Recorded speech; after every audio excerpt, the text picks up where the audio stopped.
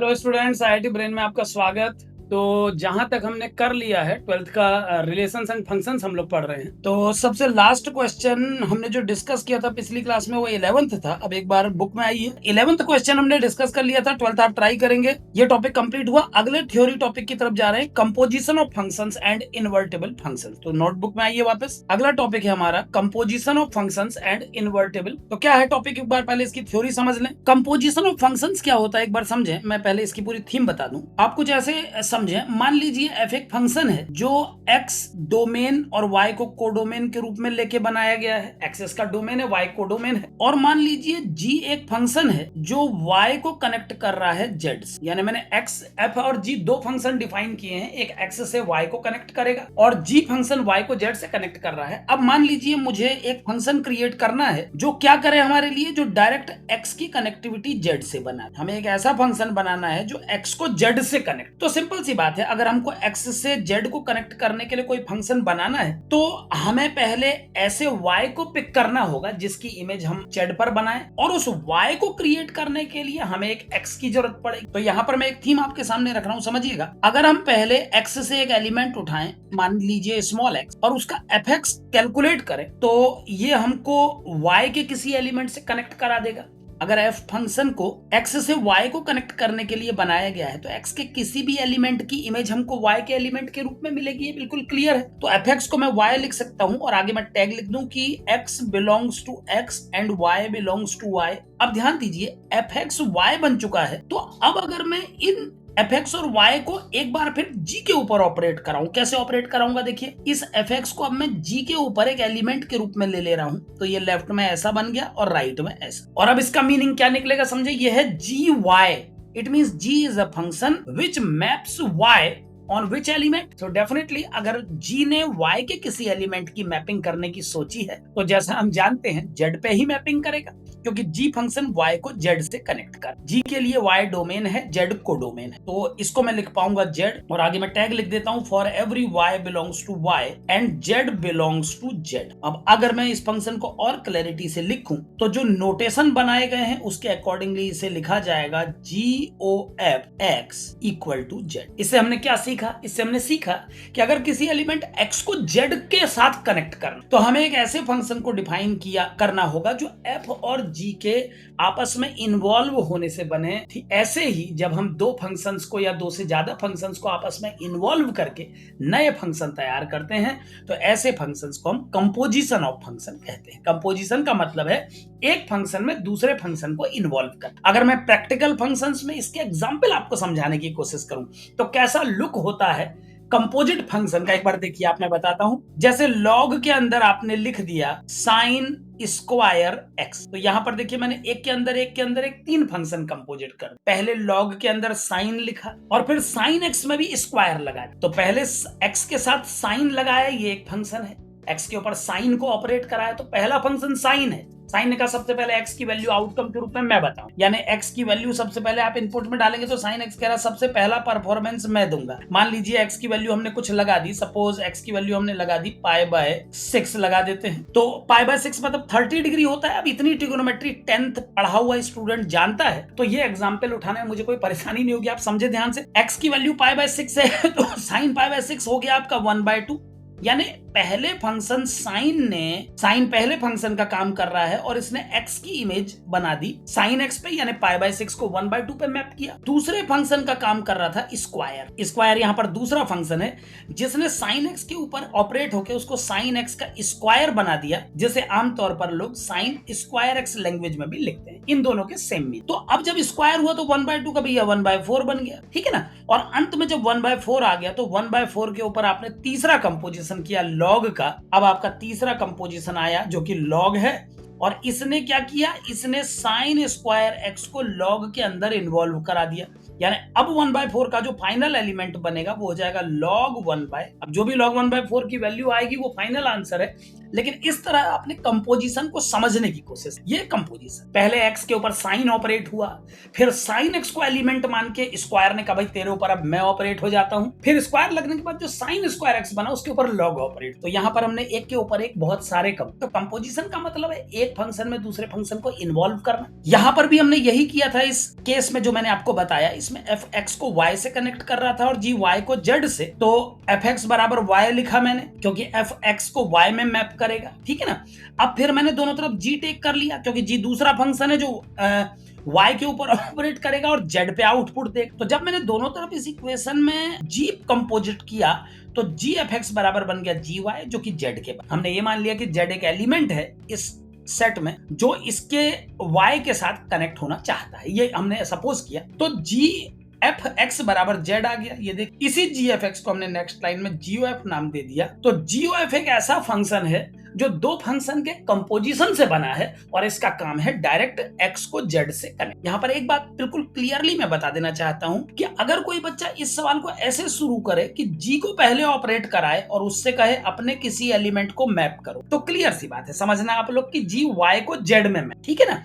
अब G y को z में मैप करेगा for every y belongs to y and z belongs to z, ठीक। अब आपने कहा सर एफ जी के बाद लगाइए। कई बार स्टूडेंट के दिमाग में आता कि सर जैसे एफ लगा फिर जी आया, क्या जी लग के बाद में आ सकता था या नहीं आ सकता था, ये बता दीजिए। तो अगर आप जी पहले ऑपरेट करके एफ को उसके बाद दूसरे फंक्शन के रूप में लाते तो आपको कुछ ऐसा पिक्चर देखने को मिलता। अब आप खुद सोचिए, क्या एफ एबल है कि वो z को एलिमेंट के रूप में ले सके? तो मेरा जवाब होगा नहीं, क्योंकि f जो फंक्शन है उसको केवल x के एलिमेंट को डोमेन में रखने की आदत। यहां पर हमारे सामने fz लिखा हो। तो मैं क्या बताना चाहता हूं, समझने की कोशिश करें कि ये इस पर डिपेंड करता है कि आपने डिफाइन कैसे किया। आपने पहले x को y से कनेक्ट करने वाला फंक्शन डिफाइन किया, फिर y को z से। y यहां पर बीच में एक जंक्शन का काम कर रहा था, वो बीच में मीडिएटर का काम कर रहा था। तो जब भी आप कंपोजिशन करेंगे आपको f के ऊपर g को ऑपरेट करना, पहले f आएगा फिर। अगर इस फंक्शन में आप g पहले कर देंगे और सोचेंगे f बाद में आएगा तो ऐसा नहीं हो पाएगा, क्योंकि इसका कोई मीनिंग नहीं है। यहां पर मैं एक कट का निशान लगा देता हूं कि this is wrong, this is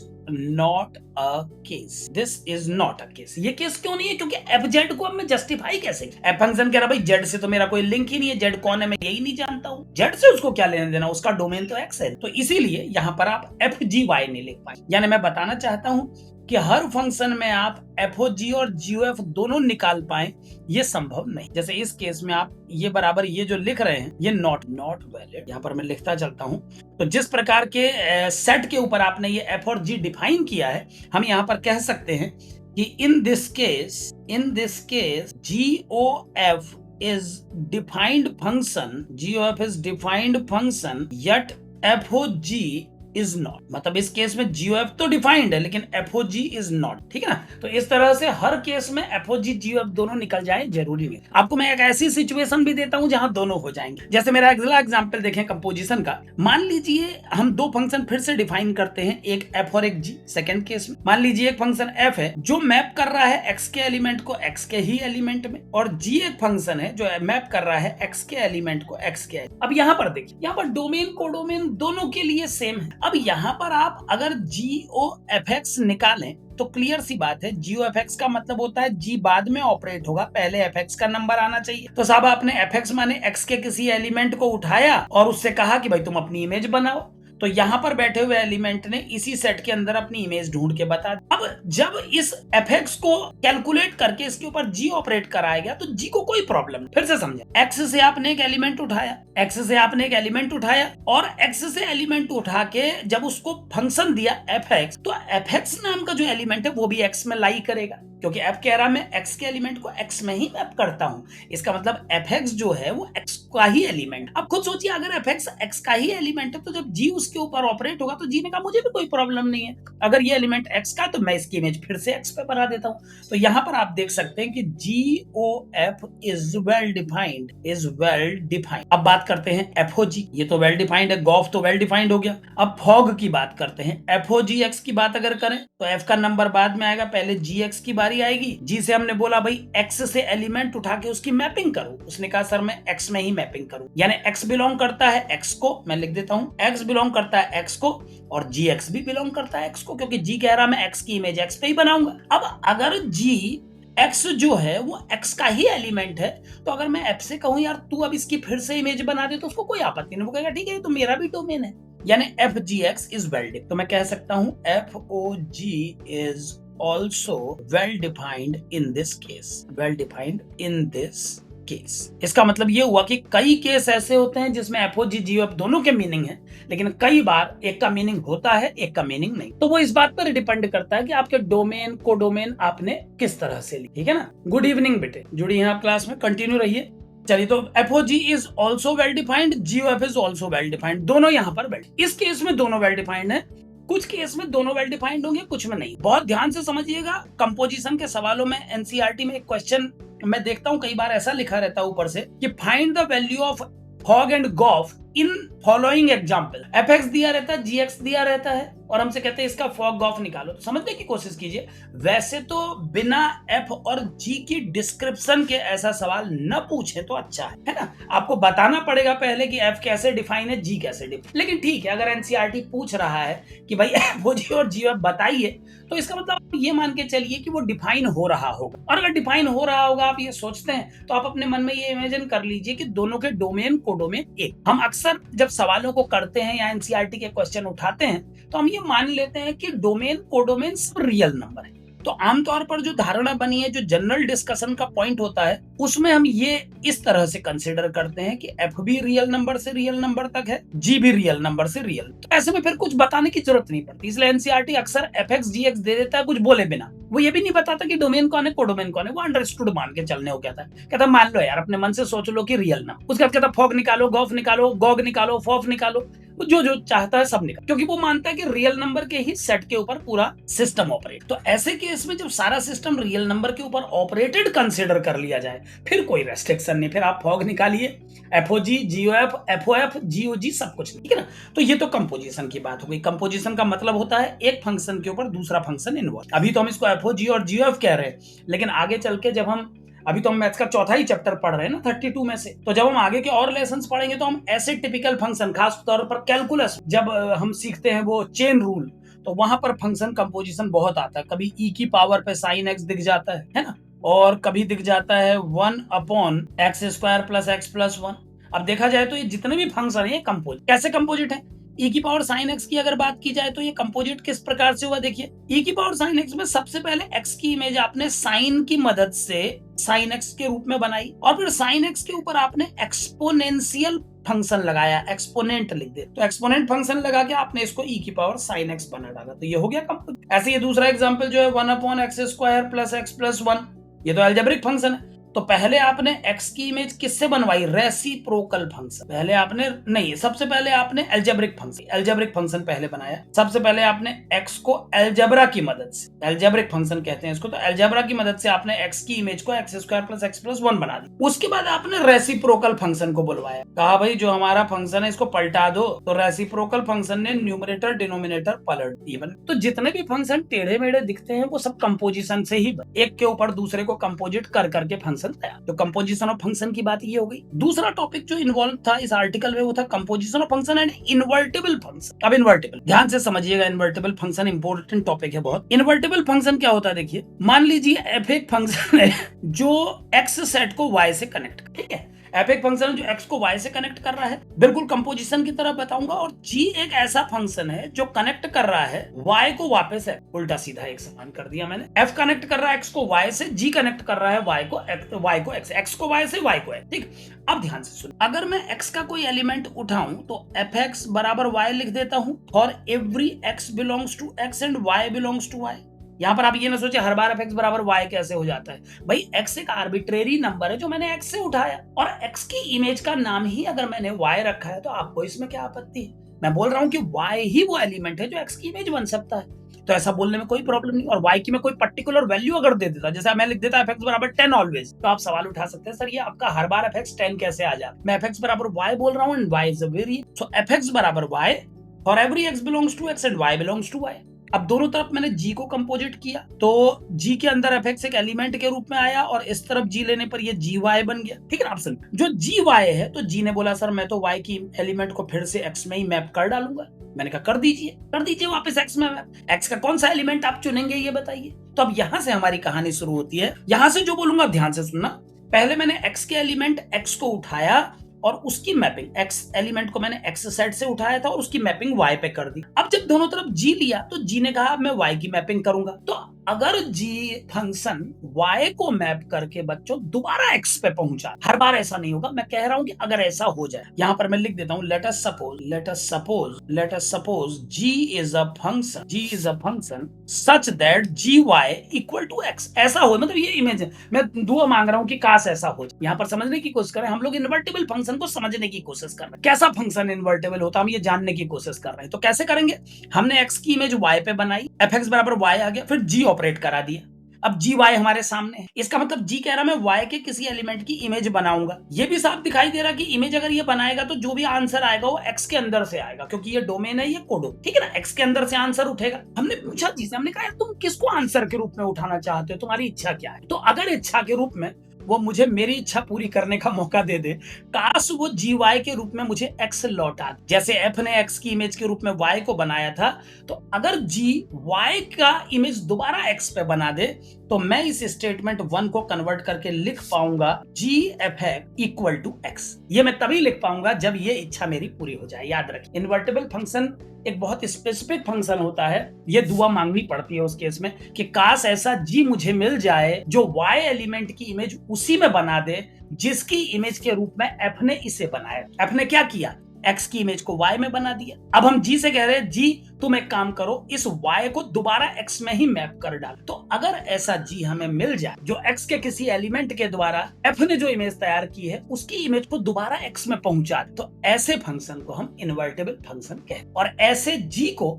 हम f का इनवर्स। तो if gy equal to x then g, पहले मैं इसको और अच्छा लिख देता हूं, उसके बाद ये लाइन लिखूंगा, ज्यादा अच्छा रहेगा।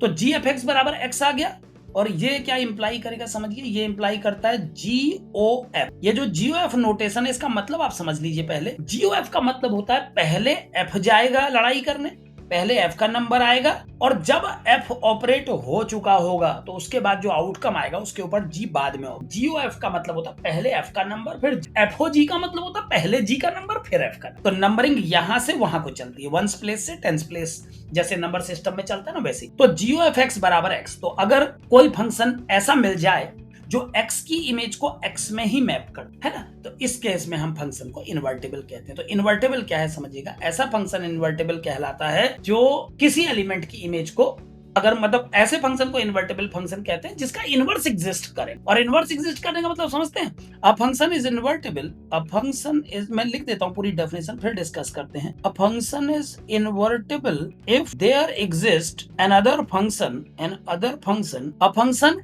f is called invertible if there exists another function g such that GOF x equal to x। ये लिखिए तो आनंद, ऐसा होना। A function f is invertible if there exists another function g such that GOF x। अगर किसी function के साथ एक ऐसा फंक्शन हमें मिल जाए दूसरा कि दोनों मिल करके किसी एलिमेंट की इमेज उसी में बना दे, then we call the function f as invertible। then a function f is invertible if there exists another function g such that GOF x बराबर x। and आगे और लिख देता हूं, and g is called inverse of। दो बातें, मतलब f को इन्वर्टिबल तब कहा जाएगा जब उसका इनवर्स आ जाए। इनवर्स अगर उसका नहीं होगा तो वो इन्वर्टिबल नहीं कहलाता। और उसका इनवर्स जो होता है वो इस प्रकार का होता है कि जब इनवर्स और वो मिलते हैं तो दोनों मिलकर के एक आइडेंटिटी फंक्शन का निर्माण। GOF एक आइडेंटिटी है। यहां पर ध्यान दीजिए, मैंने g को f का इनवर्स कहा है, लेकिन आप इसको ऐसा भी कह सकते थे कि f g का इनवर्स। अब यहां पर फिर मैं वही कहूंगा, फॉग और गॉफ हमेशा एग्जिस्ट करे ये जरूरी नहीं है,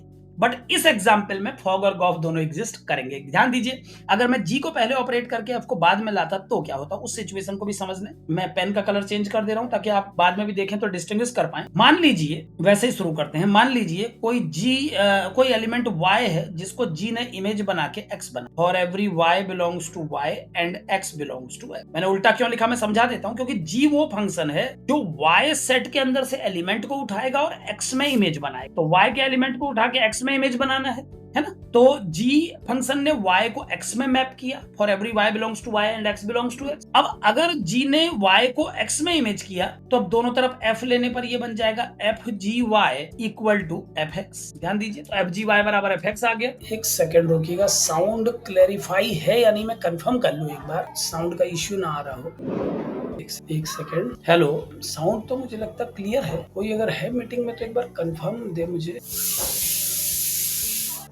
एक सेकेंड रुकिएगा बस, कुछ मुझे लगता है दिक्कत आई है साउंड में।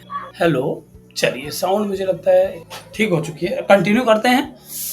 तो जी वाई का वैल्यू x के बराबर हमने कंसीडर किया, जहां y का एलिमेंट हमने y उठाया और उसकी इमेज x पे बनाई। अब दोनों ओर f को ऑपरेट किया तो ये बन गया fgy इक्वल टू fx, है ना। fgy बराबर fx बन गया, तो इसको आगे बढ़ाने पर ये बन गया fogy इक्वल टू fx। अब फिर से मैं वही बात कहूंगा कि जब fx की इमेज बनाएगा तो अकॉर्डिंग टू डेफिनेशन fx के एलिमेंट की इमेज y पे बनाएगा, है ना। x के एलिमेंट की इमेज f अगर y पे बनाएगा तो हम fx को y लिख सकते हैं। अब यहाँ पर एक बात समझे, अगर fx y की ही बराबरी कर, ऐसा हमेशा नहीं होगा कि fx उसी y की वैल्यू दे जिसको हमने पहले इनपुट के रूप में लिया था। यहाँ पर देखिए y एलिमेंट को जब मैंने पिक किया तो g ने उसकी इमेज x पे बनाई और फिर x मैंने उसके ऊपर f ऑपरेट किया। अब ये जो fx है, अगर ये fx y की ही बराबरी कर, यहाँ पर fx y की ही बराबरी करे, जरूरी नहीं है y डैश की भी बराबरी कर सकता है, y के अंदर का कोई दूसरा एलिमेंट भी ले सकता है।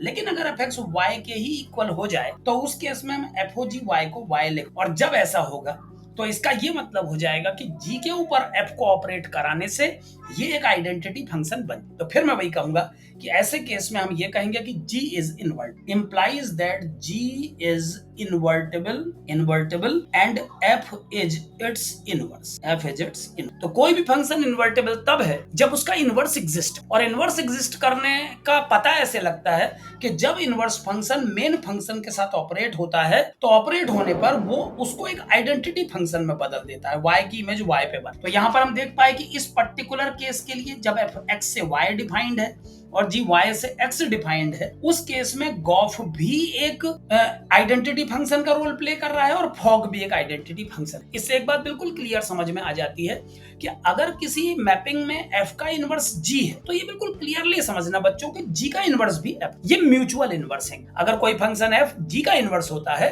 तो उसी के पैरेलल g का इनवर्स f भी होता है, f का इनवर्स g और g का इनवर्स f। बस अंतर इतना है कि जब गॉफ को आप एक आइडेंटिटी फंक्शन के रूप में डिफाइन करते हैं तो आपने गौर किया कि एलिमेंट को आपने x से उठाया है, ये x से उठाए हुए एलिमेंट की इमेज x पे बना रहा है, तो इसको आप आइडेंटिटी फंक्शन x कहेंगे। अगर मैं इसका नाम रखूं तो मैं इसको कहूंगा आइडेंटिटी x या identity function in x set. मतलब इसको मैं अगर और आगे लिखूं तो ऐसा लिखूंगा identity x of x equal, तो ये x के एलिमेंट के ऊपर आइडेंटिटी फंक्शन का रोल प्ले कर रहा है। जबकि जब अगर आप गौर से इसको देखें तो फॉग में आप देखेंगे ये y की इमेज y पे बना रहा है, तो होने को ये भी आइडेंटिटी, लेकिन ये y सेट के ऊपर आई, उसको मैं आई y कहता हूं, आई y ऑफ y। तो आइडेंटिटी फंक्शन दोनों है लेकिन दोनों अलग अलग सेट, एक x के ऊपर ऑपरेटेड है, एक y, ठीक है ना। ये आपका इन्वर्टेबल केस हो गया। इनवर्स किसे कहते हैं वो बात, तो इस तरह से आप इनवर्स को समझ सकते। इनवर्स फंक्शन इस तरह से डिफाइन किया जाता है। तो ये हमने कंप्लीट किया इनवर्स मैपिंग को और मेन सेट को। किसी भी फंक्शन का इनवर्स बनाए जाने के लिए जरूरी है कि उस किसी फंक्शन का इनवर्स जब एग्जिस्ट करेगा तभी वो इन्वर्टेबल कहलाएगा। एक बात इसमें और जोड़ देता हूं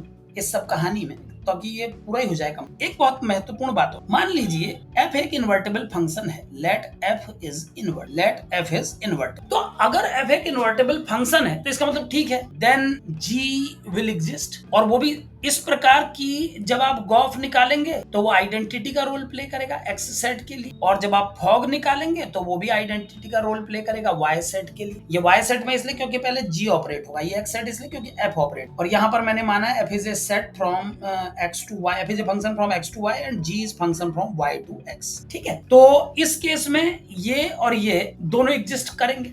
Let f is invertible function, then g will exist such that gof and fog both are existing functions. अब एक बात समझ, अगर कोई ये कह रहा है कि एक फंक्शन एग्जिस्ट करने से, अगर एक फंक्शन के इन्वर्टेबल होने से उसका इनवर्स एग्जिस्ट करता है, तो इसका मतलब ये हुआ कि जब इनवर्स एग्जिस्ट करेगा तो डोमेन कोडोमेन का रोल प्ले करेगा, और कोडोमेन डोमेन का ये देख लीजिए परिवर्तन। यही मतलब हुआ ना कि जब आप किसी फंक्शन के इनवर्स को एग्जिस्ट करवाते हैं तो डोमेन और कोडोमेन अपना रोल चेंज कर लेते हैं। अब अगर डोमेन और कोडोमेन अपना रोल चेंज कर रहे हैं तो कितनी बड़ी जिम्मेदारी हो जाती है। देखिए, अगर मान लीजिए कभी किसी ने एक ऐसे फंक्शन की बात बात इन्वर्टेबल के रूप में कर दी जिसके डोमेन में एलिमेंट हैं ए बी सी डी और कोडोमेन में एलिमेंट हैं ई और एफ, और मान लीजिए उसने कहा सर ये एक इन्वर्टेबल फंक्शन के रूप में मैंने डिफाइन किया है कुछ इस तरह, ठीक है, ये कैसा फंक्शन है कल के डिस्कशन से आप क्विकली बताइए। एक तो ये मैनी वन है और साथ में ये ऑन टू है, ऑन टू इसलिए क्योंकि कोडोमेन में सब भरे हो, ठीक। अब अगर मान लीजिए आप कहते हैं सर ये many one onto function है, क्या ये इन्वर्टेबल हो सकता है? तो इन्वर्टेबल अगर ये हो सकता है तो एक बार इसको उल्टा देखिए, क्योंकि इन्वर्टेबल अगर ये होगा तो इसका एक इनवर्स फंक्शन भी एग्जिस्ट करना चाहिए जिसके लिए डोमेन कोडोमेन का रोल प्ले करेगा और कोडोमेन डोमेन, और सारी मैपिंग्स पलट जाएंगी। आपको पता है आइडेंटिटी का रोल प्ले करता है तो फिर मैपिंग पलटाना ही होगा, यानी इसके डोमेन और कोडोमेन को पलटने के बाद जैसा रिलेशन ऊपर था वैसा ही मैंने बना दिया। लेकिन जो लोग जानते हैं, जिन्होंने फंक्शन को ध्यान से सुना है पिछली क्लासेस में, वो जानते हैं कि it is not a function. क्यों it is not a function? क्योंकि डोमेन के एक एलिमेंट की 3 इमेज नहीं बन सकती। इससे मैं क्या बताना चाहता हूं कि अगर कोई फंक्शन मैनी वन है तो पलटाने के बाद वो अनडिफाइंड दिखने लगेगा, इसका मतलब कोई भी इन्वर्टेबल फंक्शन मैनी वन नहीं हो सकता। So invertible function can't be many one, many one तो हो ही नहीं सकता।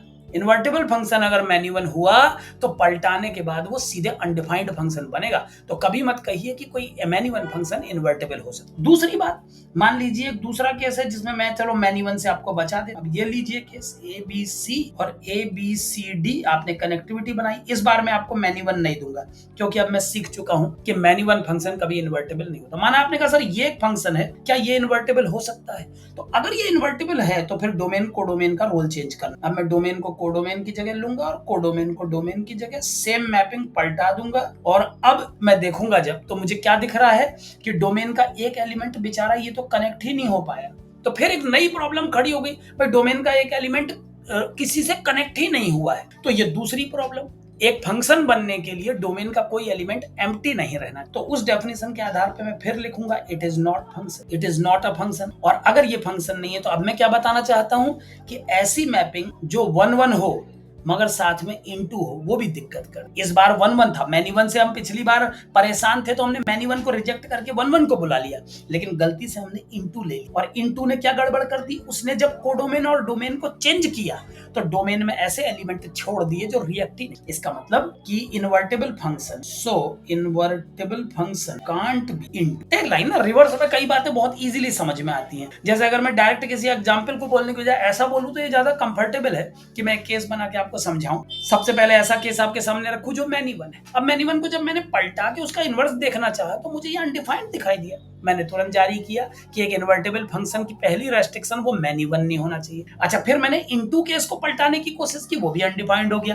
तो पता लगा कि भैया जो इन्वर्टेबल फंक्शन है उसको इनटू भी नहीं होना। इससे स्ट्रिक्ट इंफॉर्मेशन क्या मिली उसको मैं यहां पर लिख देता हूं। अब स्ट्रिक्ट इंफॉर्मेशन सुनिए कि अ function is invertible, a function is invertible if and only if it is 1-1 and on, क्योंकि हमने अभी देख लिया कि मैनी वन होने से और इनटू होने से प्रॉब्लम, और इसी को आप बाइजेक्टिव भी कह सकते हैं। ये दोनों गुण जिस फंक्शन में हो जाए वो बाइजेक्टिव फंक्शन है। तो अ function is invertible if and only if it is by, तो किसी फंक्शन के इन्वर्टेबल होने को जस्टिफाई करने के लिए उसे बाइजेक्टिव, ये बात बिल्कुल क्लियर समझे। अगर कोई फंक्शन बाइजेक्टिव है तो वो इन्वर्टेबल भी होगा, और अगर इन्वर्टेबल भी है तो इन्वर्टेबल है तो बाई। ये बिल्कुल सिंपल सी बात है, क्योंकि जो फंक्शन 1-1 होंगे और बाइजेक्टिव भी होंगे, इसका ये क्लियर मतलब होगा कि डोमेन और कोडोमेन में नंबर ऑफ एलिमेंट्स बिल्कुल बराबर, और नंबर ऑफ एलिमेंट बिल्कुल बराबर हैं तो जब 1 2 3 4 डोमेन का रोल प्ले करेगा तो हर एलिमेंट को अपनी इमेज मिलेगी, और जब बाद में हम पलटा के डोमेन और कोडोमेन के रोल एक्सचेंज करेंगे तो भी कोई चिंता की बात नहीं है, तो भी हर एलिमेंट को अपनी इमेज मिलेगी,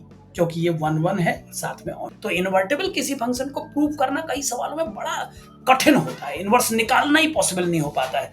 तो उस सवाल में फिर हम इन्वर्टेबल प्रूफ करने के बजाय 1-1 ऑन टू प्रूफ कर देते हैं। हम सिद्ध कर देते हैं कि जो फंक्शन हमको दिया वो 1-1 ऑन टू है, क्योंकि जो 1-1 ऑन टू है वो इन्वर्टेबल।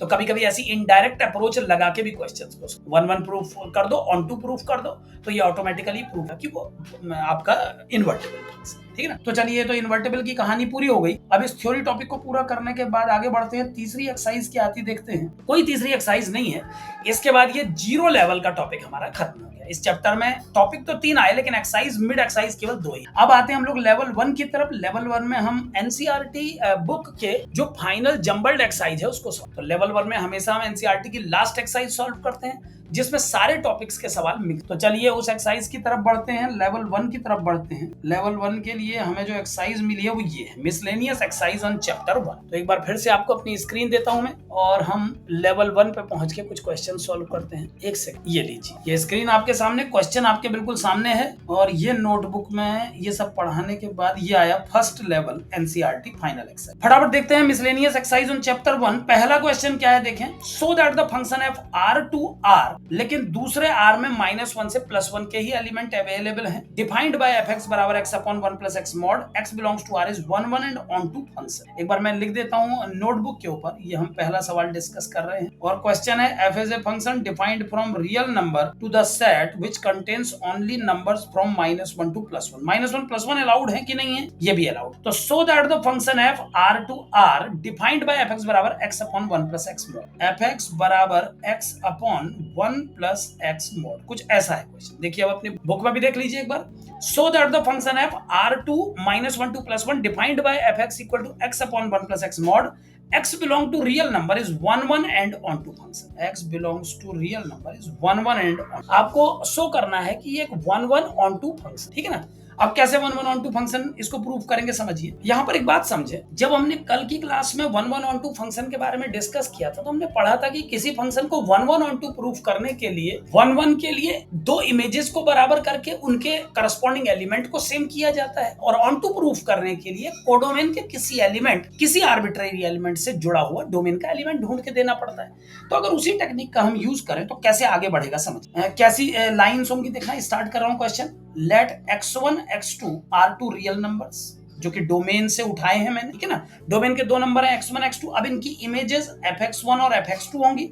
मान लीजिए वो इमेजेस बराबर, 1 1 का मेथड वही है जो कल मैंने बताया था, उससे ही करें। तो मान लीजिए इनकी इमेजेस बराबर है तो fx1 बराबर fx2 हो गया। अब fx1 अगर fx2 के बराबर है तो इसका मतलब x1 upon 1 plus x1 mod equal to होगा x2 upon 1 plus x2 mod. कुछ इस तरीके से एक्सप्रेशन लिखा जा सकता है। अब इसको आगे बढ़ा रहे हैं, ध्यान दीजिएगा। अब यहाँ पर दो बातें देखिए, जो मॉड के अंदर लिखा हुआ एलिमेंट x1 x2 है, हमने दो एलिमेंट x1 x2 डोमेन से उठाए, उनकी इमेजेस को हमने उनकी इमेजेस को इक्वल कर दिया। अब इमेजेस को इक्वल कर दिया तो fx1 x1 upon 1 plus x1 mod हो गया और x2 upon 1 plus x2 mod fx2 हो गया, ठीक है। अब इनको मैं थोड़ा सॉल्व करता हूँ, ये डिनोमिनेटर को इधर उधर ट्रांसफर कर देते हैं, तो ये बन जाएगा x1 1 प्लस x2 मॉड और x2 1 प्लस x1 मॉड। ध्यान दीजिएगा, एफ एक फंक्शन है जो रियल नंबर से -1 +1 को कनेक्ट कर रहा है। मतलब डोमेन का एलिमेंट कोई भी रियल नंबर हो सकता है, लेकिन कोडोमेन में जो आउटकम आएगा वो -1 से +1 के बीच के ही नंबर। आपसे बोलता है कि शो करिए कि ये फंक्शन जो होगा ये 1 1 भी होगा और ऑन टू, ठीक है ना। तो आपने क्या किया, आपने डोमेन के दो एलिमेंट x1 x2 कंसिडर किए, उनकी इमेजेस को इक्वेट कर दिया। तो भाई पहले एलिमेंट x1 की इमेज हो जाएगी fx1 बराबर x1 upon 1 plus x1 mod, है ना।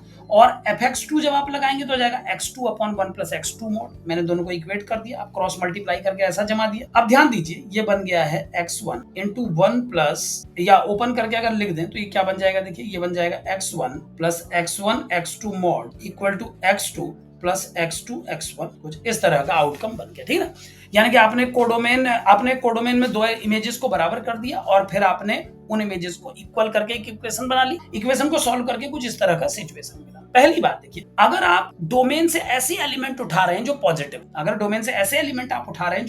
हैं, late x1 x2 are positive, माना आपने डोमेन से पॉजिटिव एलिमेंट्स उठाए हैं, तो उस केस में आप जानते हैं कि मॉड से ओपन होते समय x1 x2 डायरेक्ट बाहर आ जाएंगे। तब उस कंडीशन में आपकी इक्वेशन ऐसे ओपन, आपका इक्वेशन ओपन हुआ और इसको सॉल्व करके आपका जस्टिफिकेशन जो आंसर आया वो आया x1 बराबर x1 x2 बराबर, यानी कि अगर दो एलिमेंट की इमेजेस बराबर, फिर से एक बार समझे, डोमेन में दो एलिमेंट है x1 x2, है ना, उनकी इमेजेस को आपने बराबर कर दिया। आपने कहा x1 एक एलिमेंट है उसकी इमेज ये है, x2 एक एलिमेंट है उसकी इमेज ये है और ये दोनों इमेजेस बराबर है। तो अगर ये दोनों इमेजेस बराबर है तो कुछ इस तरह का पिक्चर बना, ये सॉल्व करके ऐसा आ गया, ठीक है। फिर आपने मान लिया कि x1 x2 दोनों पॉजिटिव है, मान लीजिए, तो मॉड सीधे खुला और ये प्रूफ हो गया कि x1 x2 आपस में इक्वल है। यानी अगर दोनों पॉजिटिव हैं तो ये दोनों इस तरह से इक्वल। अब अगर मान लेते कि आपने नेगेटिव रेंज से एलिमेंट को चुना है, let x1 x2 belongs to negative R. ऐसा मैं क्यों कह रहा हूं, क्योंकि साफ दिया है कि डोमेन से जो एलिमेंट उठे हैं वो रियल नंबर है। रियल नंबर है मतलब वो पॉजिटिव सेक्शन से भी उठ सकते हैं, नेगेटिव सेक्शन से। तो अगर वो नेगेटिव सेक्शन से उठे हैं तो उस केस में ये इक्वेशन जो है क्या बन जाएगी, देखें ये जो इक्वेशन है जब इसके मॉड ओपन होंगे तो हमें पता है कि नेगेटिव नंबर के लिए मॉड माइनस के साथ खुलता है। तो अब ये क्या कंडीशन बनेगी, देखिए ये बन जाएगा x1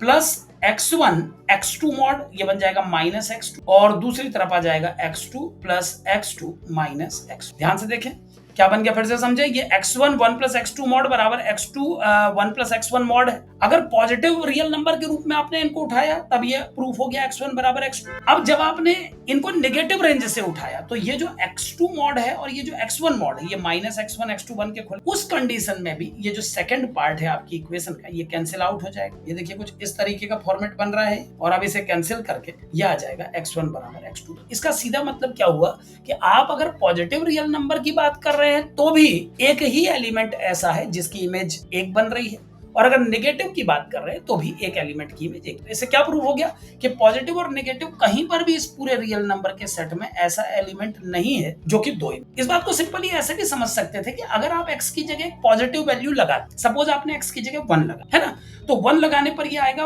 1/1 प्लस 1 का मॉड यानी 1/2। और अगर आप x की जगह लगाएंगे माइनस, अगर आप x की जगह लगाएंगे -1 तो ये आ जाएगा -1/1 प्लस 1 यानी -1। तो पॉजिटिव की इमेज बनेगी पॉजिटिव फॉर्म में, नेगेटिव की इमेज बनेगी नेगेटिव। पॉजिटिव की पॉजिटिव में बनेगी, नेगेटिव की नेगेटिव में बनेगी। एक बार फिर से समझे मैं क्या बोल रहा हूँ, यहीं पर मैं इसको लिख भी देता हूँ पैरेलली, क्योंकि कोई भी क्वेश्चन दिमाग में ना उठे इसीलिए थोड़ा सा इसको एलाबोरेट कर देता हूँ। ये जो fx का वैल्यू दिया है ये है x/1 प्लस x मॉड। अब यहाँ पर समझे if x is positive, if x belongs to r plus, तो r प्लस के केस में ये fx बराबर क्या बन जाएगा, ये बन जाएगा x/1 प्लस x, कुछ ऐसा, ठीक है। यानी पॉजिटिव रियल नंबर्स के लिए fx की वैल्यू x/1 प्लस x है, और अगर x नेगेटिव रियल नंबर होगा तब क्या होगा भैया, तब की सोच, तब जो fx की वैल्यू आएगी वो कितनी आ जाएगी, ऊपर का x तो x ही रहेगा लेकिन ये मॉड x माइनस x बन के खुलेगा। मॉड माइनस बन के क्यों खुलता समझते हैं ना, क्योंकि x खुद भी नेगेटिव है, उस नेगेटिव को एक और नेगेटिव दूंगा तब वो पॉजिटिव बन। तो इस केस में जो fx की वैल्यू आ गई वो आ गई आपकी x/1 माइनस x। अब ध्यान दीजिए पॉजिटिव नंबर के लिए ये आउटकम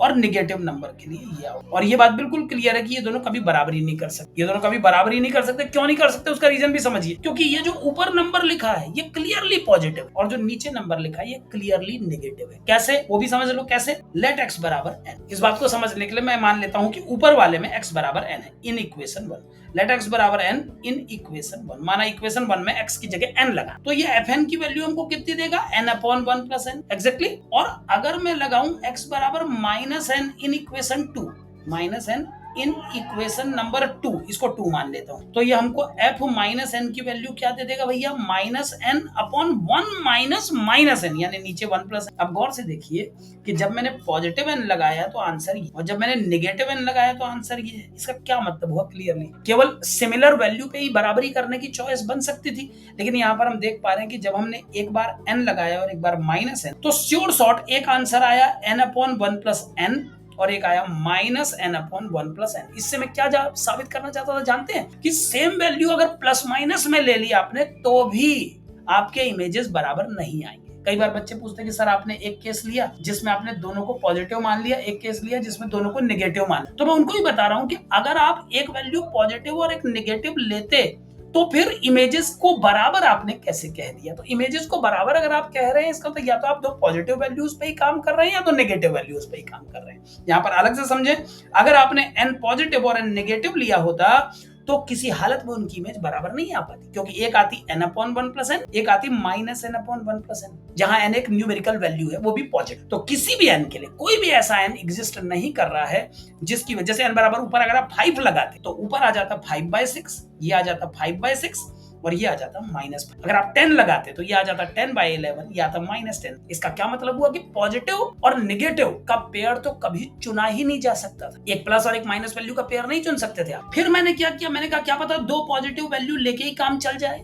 तो मैंने ये कल्पना की कि अगर x1 x2 दोनों पॉजिटिव हो जाएं तब तो कोई प्रॉब्लम नहीं है ना, लेकिन जब मैंने दोनों को पॉजिटिव रख के इक्वेशन सॉल्व की तो मुझे जवाब मिला x1 बराबर x2, और जब मैंने दोनों को निगेटिव रख के इक्वेशन सॉल्व की तो भी मुझे जवाब मिला x1 बराबर x, यानी प्लस माइनस का पेयर एग्जिस्ट नहीं कर सकता, ये मुझे इससे पता लग गया। दो प्लस वैल्यू लेने की कोशिश की तो सिद्ध हो गया ये 1 1 है, और दो माइनस वैल्यू ली तो भी। सो क्लियरली ये फंक्शन 1 1 है, 1 1 एग्जिस्ट कर रहा है, ये फंक्शन 1 1 फंक्शन है। अब बात करते हैं ऑन2 फंक्शन की। तो ऑन2 को ऐसे समझिए, जो ये फंक्शन आपको fx दिया है ये x upon 1 plus x mod है, ठीक है ना। लेट x इज पॉजिटिव, ध्यान दीजिएगा, लेट x इज पॉजिटिव। अगर x पॉजिटिव है तो आप मॉड को हटा दें, अगर x पॉजिटिव ही है तो फिर पॉजिटिव नंबर का मॉड में क्या काम। fx का नाम y रख करके मैं इस फंक्शन को बहुत तेजी से पलटाऊंगा, आप ध्यान देते रहिए। ये बन जाएगा y plus y x equal to x, और फिर सॉल्व करके y equal to x minus x y, मैंने ये टर्म वहां भेज दिया है, और अब ये बन जाएगा y upon 1 minus y equal to x, ठीक है ना। ये आपका वैल्यू बन गया, x का वैल्यू y, ठीक है, ऐसा बन गया। अब आप ध्यान दीजिए, ये मैंने पलटाया पॉजिटिव वैल्यू के लिए। अब आप यहाँ पर देखें, जो कोडोमेन है आपका वो -1 से +1 की वैल्यू रखता है। तो क्लियरली समझें, जब आप इस आंसर में 0 से 1 तक की कोई भी वैल्यू लगाएंगे, अगर आप इस आंसर में 0 से 1 तक की कोई भी वैल्यू अप्लाई करेंगे तो आपको x की वैल्यू 0 से लेकर इंफिनिटी तक कुछ भी वैल्यू। यहाँ पर आप देखें, यहाँ पर मैं आपसे यहाँ पर वैल्यू लगाने की बात कर रहा हूँ केवल पॉजिटिव, क्योंकि हमने पहले ही इमेजिन कर लिया कि x is positive. x positive है तो अब ये मेरी रिस्पॉन्सिबिलिटी है कि मैं x को नेगेटिव ना बनने दूं। अगर मैं y की वैल्यू नेगेटिव लगाने की बात करूंगा तो x भी नेगेटिव आ सकता है। सो यहाँ पर क्लियर समझे कि हमारा जो कोडोमेन है उसमें -1 से +1 तक के एलिमेंट, इसको दो टुकड़ों में बांट लीजिए। आप -1 से 0 अलग कर दीजिए, 0 से 1 अलग, दो हिस्सों में तोड़ दीजिए। अगर आप इसमें -1 से 0 तक कुछ भी लगाएंगे, -1 से 0 तक कोई भी वैल्यू लगाएंगे, तो -1 से 0 तक कोई भी वैल्यू लगाने पर, सॉरी, इसमें +1 से 0 लगाना पड़ेगा। So for all values of y ranging 0 to 1, 0 पे क्लोज इंटरवल लगा देता हूं क्योंकि 0 लगाना है अलाउड है।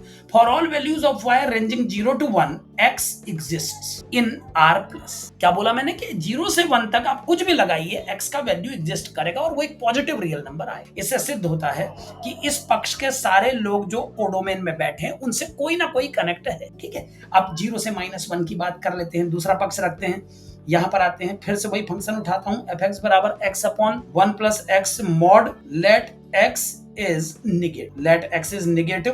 तो अगर x नेगेटिव होगा तो fx कैसे खुलेगा, आप लोग जानते ही हैं, ये मॉड नेगेटिव बन के खुल जाएगा। फिर से तेजी से मैं fx को y बोल के इस फंक्शन को पलटा, कुछ मैथमेटिकल स्टेप डायरेक्ट लिख देता हूं, आप समझ जाएं। y x प्लस x हो जाएगा, और फिर x का वैल्यू आ जाएगा y अपॉन 1 प्लस y। अब समझिए जो आउटकम आया है, और फिर मैं एक चीज लिखूंगा, for all values of y ranging -1 to 0। अब अगर आप इसमें -1 से 0 कुछ भी लगाएंगे तो x exists in R। आप लगा के देखिए, -1 लगाएंगे, अगर -1 लगाना है अलाउड नहीं क्योंकि ओपन इंटरवल है। अगर आप 0 लगाएंगे तो 0 आएगा, और 0 के अलावा आप कोई भी नंबर लगा के देखिए, -½ या कुछ भी, तो आपको डिफरेंट रियल नंबर मिलेगा। यहाँ पर ये ध्यान रखें, अगर आप -0.9 लगाएंगे तो आपको बड़ा नंबर मिलेगा, -0.99 लगाएंगे और बड़ा नेगेटिव रियल नंबर। तो आप कोई भी नेगेटिव नंबर, कोई ना कोई नेगेटिव रियल नंबर आपको x के रूप में मिले। इससे क्या सिद्ध हो जाता है कि 0 से 1 तक के सभी मेंबर डोमेन के किसी न किसी एलिमेंट से कनेक्ट हैं, और 0 से -1 तक के भी सभी मेंबर कनेक्टेड हैं, और इसका मतलब कोडोमेन में कोई भी एलिमेंट खाली नहीं बैठ। तो इसका मतलब फंक्शन, तो ये फंक्शन 1 1 भी है और ये फंक्शन ऑन, ठीक है ना। तो इस तरह से आप जस्टिफाई कर पाएंगे कि ये 1 1 ऑन टू बोला है। चलिए, तो ये हमने मिसलेनियस एक्सरसाइज का एक क्वेश्चन कर लिया है, अभी इसमें और क्वेश्चंस हैं बहुत। तो अगली क्लास में हम इसको कंटिन्यू रखेंगे और फिर हम जाएंगे अपने लेवल 2 की तरफ, जिसमें हम कुछ और टॉपिक्स पर डिस्कस करेंगे। एक्चुअल में क्या है, ये जो रिलेशन एंड फंक्शन का चैप्टर यहाँ पर दिया है एनसीईआरटी में, इससे कॉम्पिटिटिव एग्जाम के सारे टॉपिक कवर नहीं। तो सारे टॉपिक कवर करने के लिए कुछ टॉपिक मैं और पढ़ाऊं, करीबन 5-7 टॉपिक और हैं जिन पर डिस्कशन होना चाहिए रिलेशन एंड फंक्शन में। तो उन सब टॉपिक पर डिस्कस करने के बाद ही हम मेंस की जो सीट हमारे पास है उस पर डिस्कस, ठीक है ना। तो बस ये एक्सरसाइज कल निपटाने के बाद तुरंत हम शुरू करेंगे मोर थ्योरी फॉर कॉम्पिटिशन। चलिए, आज के लिए इतना ही, बाय।